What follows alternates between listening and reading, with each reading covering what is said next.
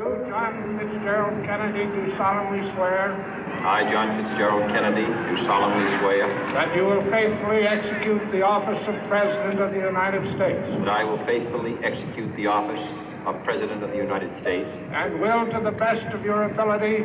And will, to the best of my ability. Preserve, protect, and defend the Constitution of the United States. Preserve, protect, and defend the Constitution of the United States. So help you God. So help me God.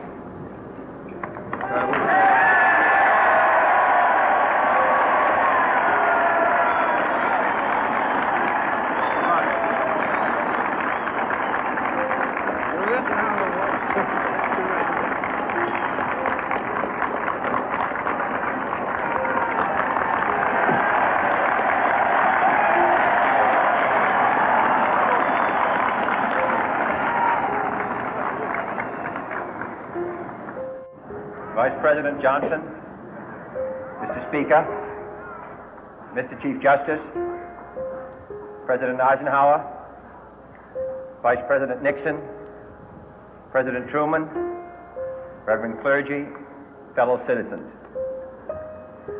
We observe today not a victory of party, but a celebration of freedom, symbolizing an end as well as a beginning, signifying renewal as well as change. For I have sworn before you and Almighty God the same solemn oath our forebears prescribed nearly a century and 3/4 ago. The world is very different now, for man holds in his mortal hands the power to abolish all forms of human poverty and all forms of human life. And yet the same revolutionary beliefs for which our forebears fought are still at issue around the globe. The belief that the rights of man come not from the generosity of the state, but from the hand of God. We dare not forget today that we are the heirs of that first revolution. Let the word go forth from this time and place to friend and foe alike that the torch has been passed to a new generation of Americans born in this century, tempered by war, disciplined by a hard and bitter peace, proud of our ancient heritage, and unwilling to witness or permit the slow undoing of those human rights to which this nation has always been committed and to which we are committed today at home and around the world.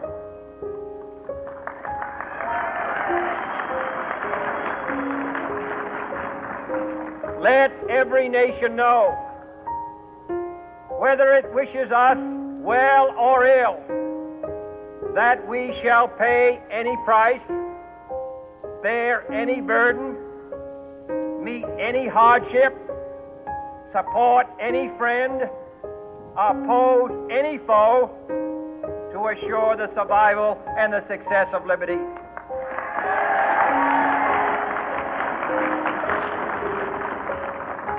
This much we pledge and more. To those old allies whose cultural and spiritual origins we share, we pledge the loyalty of faithful friends. United, there is little we cannot do in a host of cooperative ventures. Divided, there is little we can do, for we dare not meet a powerful challenge at odds and split asunder. To those new states whom we welcome to the ranks of the free, we pledge our word that one form of colonial control shall not have passed away, merely to be replaced by a far more iron tyranny.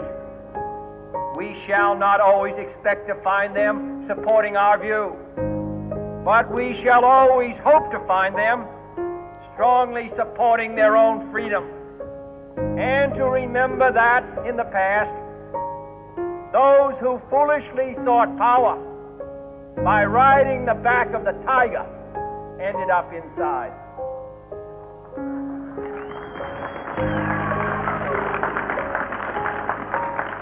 To those people in the huts and villages of half the globe struggling to break the bonds of mass misery, we pledge our best efforts to help them help themselves for whatever period is required, not because the communists may be doing it, not because we seek their votes, but because it is right. If a free society cannot help the many who are poor, it cannot save the few who are rich.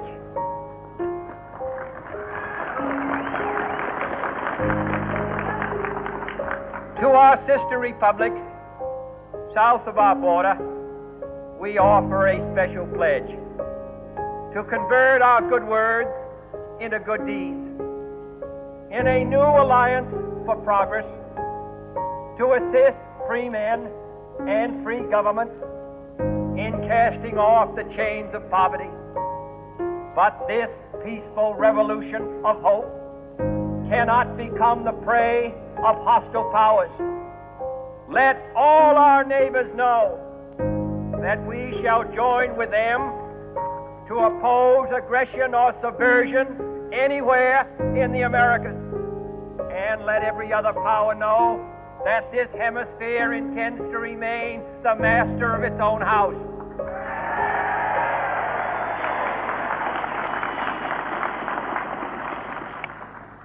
To that World Assembly of Sovereign States, the United Nations, our last best hope, in an age where the instruments of war have far outpaced the instruments of peace, we renew our pledge of support to prevent it from becoming merely a forum for invective, to strengthen its shield of the new and the weak, and to enlarge the area in which its writ may run. Finally, to those nations who would make themselves our adversary, we offer not a pledge, but a request that both sides begin anew the quest for peace. Before the dark powers of destruction, unleashed by science, engulf all humanity in planned or accidental self-destruction, we dare not tempt them with weakness, for only when our arms are sufficient beyond doubt can we be certain beyond doubt that they will never be employed. But neither can two great and powerful groups of nations take comfort from our present course, both sides overburdened by the cost of modern weapons, both rightly alarmed by the steady spread of the deadly atom, yet both racing to alter that uncertain balance of terror that stays the hand of mankind's final war. So let us begin anew, remembering on both sides that civility is not a sign of weakness, and sincerity is always subject to proof. Let us never negotiate out of fear, but let us never fear to negotiate.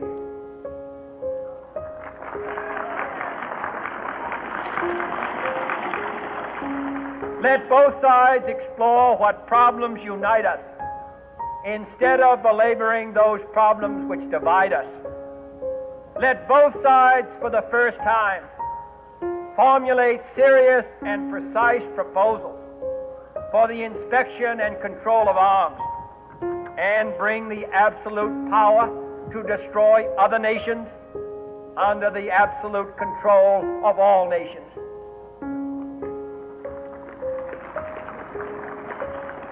Let both sides seek to invoke the wonders of science instead of its terrors. Together, let us explore the stars, conquer the deserts, eradicate disease, tap the ocean depths, and encourage the arts and commerce. Let both sides unite to heed in all corners of the earth the command of Isaiah to undo the heavy burden and let the oppressed go free. And if a beachhead of cooperation may push back the jungle of suspicion, let both sides join in creating a new endeavor, not a new balance of power, but a new world of law, where the strong are just and the weak secure and the peace preserved. All this will not be finished in the first 100 days, nor will it be finished in the first 1,000 days, nor in the life of this administration, nor even perhaps in our lifetime on this planet. But let us begin.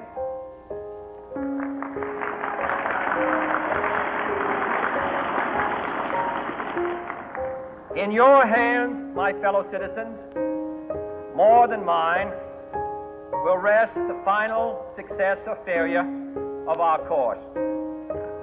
Since this country was founded, each generation of Americans has been summoned to give testimony to its national loyalty. The graves of young Americans who answered the call to service surround the globe. Now the trumpet summons us again, not as a call to bear arms, though arms we need, not as a call to battle, though in battle we are, but a call to bear the burden of a long twilight struggle, year in and year out, rejoicing in hope, patient in tribulation, a struggle against the common enemies of man, tyranny, poverty, disease, and war itself. Can we forge against these enemies a grand and global alliance, north and south, east and west, that can assure a more fruitful life for all mankind? Will you join in that historic effort?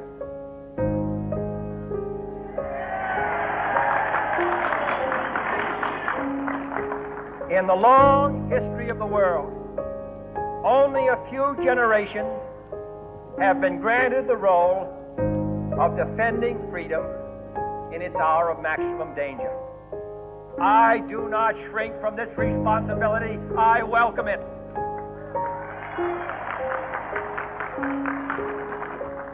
I do not believe that any of us would exchange places with any other people or any other generation.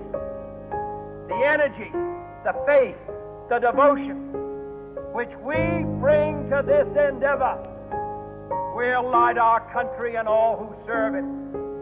And the glow from that fire can truly light the world. And so, my fellow Americans, ask not what your country can do for you. Ask what you can do for your country.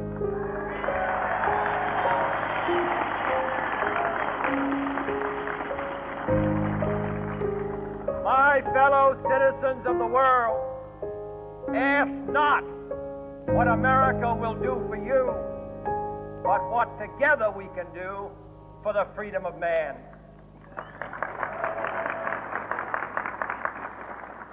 Finally, whether you are citizens of America or citizens of the world, ask of us here the same high standards of strength and sacrifice which we ask of you. With a good conscience, our only sure reward, with history the final judge of our deeds, let us go forth to lead the land we love, asking His blessing and His help, but knowing that here on earth, God's work must truly be our own.